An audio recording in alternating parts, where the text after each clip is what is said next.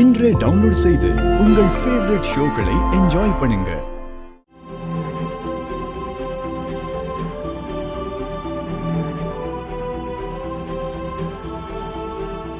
உங்களை எல்லாம் கடைசியா எச்சரிக்கிறேன். நீங்களாம் வேலைக்கு போறீங்களா இல்லையா? மன்னிச்சிருங்க மேடம், ராஜா சார் இல்லாம நாங்க வேலைக்கு போக மாட்டோம். என்ன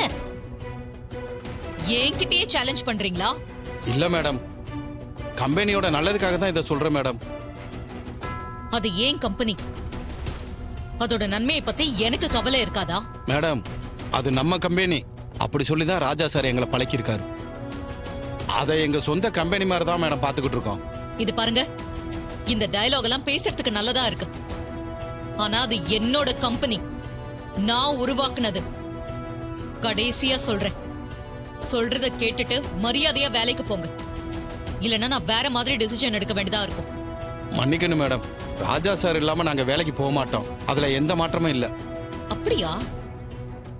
இனிமே உங்ககிட்ட எல்லாம் பேசி எந்த பிரயோஜனமும் இல்ல. என் பேச்ச கேட்காத நீங்க எக்கேடாவது கெட்டு போங்க. இந்த கம்பெனியை விக்கிறதா நான் டிசைட் பண்ணிட்டேன்.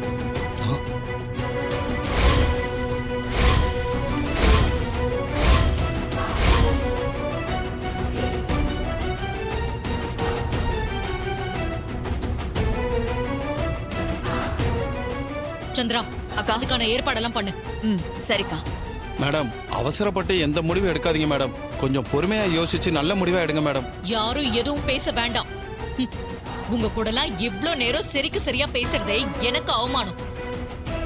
இனிமே பேச எதுவும் இல்ல, நீங்க போலாம்.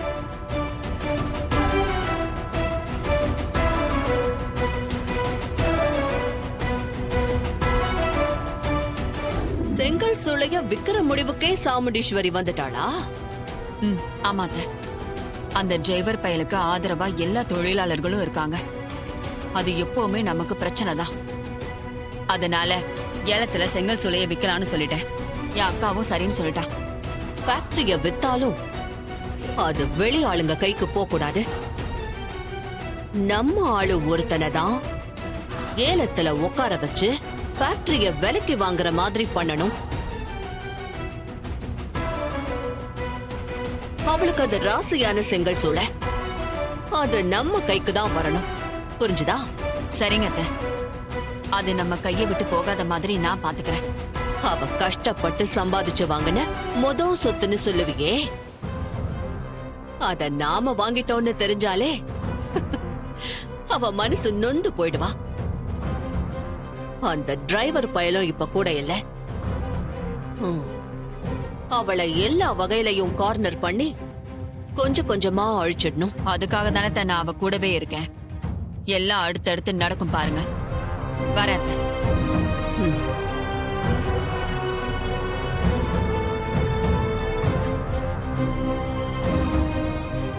வா சந்திரா, இங்க இருக்கவே ரொம்ப கஷ்டமா இருக்கு. சீக்கிரம் வெளியேடு. நம்ம லாயர் கிட்ட பேசிருக்கேங்க, சீக்கிரமே வெளியில வந்துடலாம். கவலைப்படாதீங்க. ஏன் மருமவளே, செங்கல் சூளை ஏலத்துக்கு வரப்போதா? ஆமா மாமா, அதை நாமளே ஏலத்துல எடுத்துட வேண்டியதா. அதை ஏலத்துல எடுத்து என் வீட்டுக்கார் பேருக்கு எழுதி வைக்க போறேன். ரொம்ப சந்தோஷம் சந்திரா.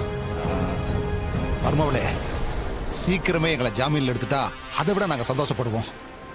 கவலைப்படாதீங்க மாமா, சீக்கிரமாவே வெளியில வந்துருவீங்க.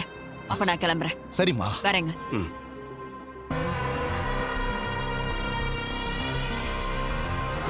அந்த சந்திரா ஈஸ்வரி கிட்ட ஏதேதோ பேசி உங்களுக்கும் அந்த செங்கல் சூளைக்கும் சம்பந்தம் இல்லாத மாதிரி பண்ணி அதை எப்படியாவது விற்க ஏற்பாடு பண்ணணுங்கிறதுக்காக அவசரமா அதை ஏலத்துல விற்க முடிவு பண்ணிட்டாங்க. நாங்களும் எவ்வளவோ எடுத்து சொல்லி பார்த்துட்டோம். ஆனா அவ கேட்கிற மனநிலைமையில இல்ல. ஏப்பா, செங்கல் சூளைய வித்தே ஆகணும்ன்றதுல ஒரே குறிக்கோளா இருக்காங்கப்பா. உங்க மேல இருக்கிற கோபத்துலதான் ஈஸ்வரி இப்படி எல்லாம் பண்றாமாப்ல. எப்படியோ அந்த செங்கல் சூளை நம்ம கையை விட்டு போகாம இருக்கணுமாப்ல. அதுக்கு நீங்க தான் ஏதாவது பண்ணணும். சகல, செங்கல் சூளைய வித்துட்டா அங்க இருக்கிற தொழிலாளிங்க எல்லாம் ரொம்ப பாதிக்கப்படுவாங்கப்பா. அவங்க வாழ்வாதாரம், வேலை எல்லாமே போயிடும்பா. புதுசா வர நிர்வாகமும் அவங்கள வேலைக்கு வச்சுப்பாங்களா, எப்படி பாத்துப்பாங்கன்னு நமக்கு தெரியாதுப்பா. ஏதாவது பண்ணுப்பா. இத்தனை வருஷமா நம்மளை நம்பித்தான் அவங்க வாழ்வாதாரமே இருக்கு. அவங்க வயித்துல அடிக்கிற மாதிரி நாம எதுவும் செய்யக்கூடாது மாப்ள. அதனால அந்த செங்கல் சூளை நம்ம கையை விட்டு போகாம இருக்கிறதுக்கு நீங்க தான் ஏதாவது ஒரு வழி பண்ணணும். நீங்க கவலைப்படாதீங்க மாமா. அது அத்தை கஷ்டப்பட்டு வாங்கின சொத்து. அது யார் கைக்கும் போகாது. அங்க வேலை செய்யறவங்களுக்கு எந்த பாதிப்பும் வராது. நீங்க கவலைப்படாதீங்க.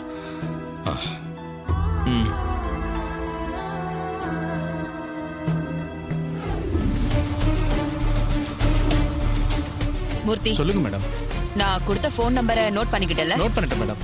நான் சொன்னதெல்லாம் ஞாபகம் இருக்குல்ல? இருக்கு மேடம். சரி, இப்ப நீ கார்த்திக் ஃபோன் பண்ணி நான் சொன்ன மாதிரியே பேசு. சரிங்க மேடம். பண்ணு.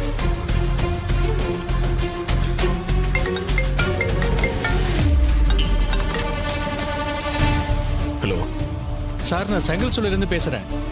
சொல்லுங்க, என்ன விஷயம்? சார், இங்க சந்திரா மேடம் பிரச்சனை பண்ணிட்டு இருக்காங்க. என்ன பிரச்சனை பண்றாங்க? இங்க இருக்கிற தொழிலாளிகளை மிரட்டுறாங்க.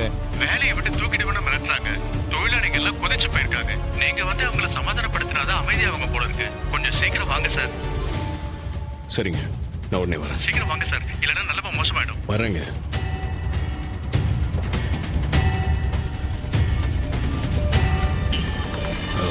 பாட்டி, நான் செங்கசோலை வரைக்கும் போயிட்டு வந்துடுறேன். ஏய்யா, ஏதாவது பிரச்சனையா? இல்ல, அதுல ஒரு பிரச்சனையும் இல்ல. நான் வந்து சொல்றேன்.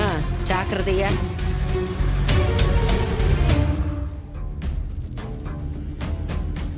மேடம், நீங்க சொன்ன மாதிரியே சொல்லிட்டேன் மேடம். அவரும் வரேன்னு சொல்லிட்டாரு. சரி, நீ கிளம்பு, நான் பாத்துக்கிறேன். சரிங்க மேடம்.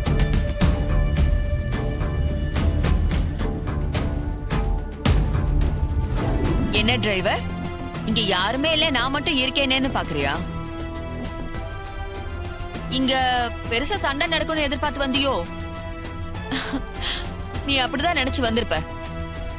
ஏன்னா உன்னை போன் பண்ணி இங்க வர சொன்னதே நான் தான். என் புருஷனை தூக்கி ஜெயில வச்சல, பதிலுக்கு நான் உன்னை தூக்கி உள்ள வச்சாதானே எனக்கு சந்தோஷமா இருக்கும். அதோட நீ எப்பவும் என் அக்கா குடும்பத்தோட சேரவே கூடாது. அதுக்குதான் உன்னை பிளான் பண்ணி இங்க வர வச்சேன்.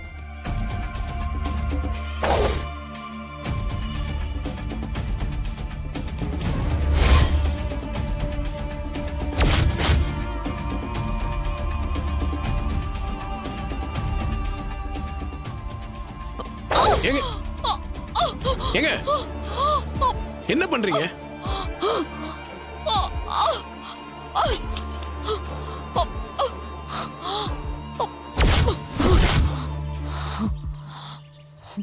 ஏங்க, என்னங்க இப்படி பண்ணிட்டீங்க? ஏன் இப்படி முட்டாள்தனமா நடந்துக்கிறீங்க? என்ன பழி வாங்குறதுக்காக இப்படியே பண்ணுவீங்க? உன்னை பழி வாங்குறதுக்கு எந்த எக்ஸ்ட்ரீமுக்கும் போவேன். உன்னை நான் ஜெயிலுக்கு அனுப்பணும். அது ஒண்ணுதான் என் குறிக்கோள். ஏங்க, என்னங்க நீங்க வாங்க, ஹாஸ்பிடல் போலாம் வாங்க.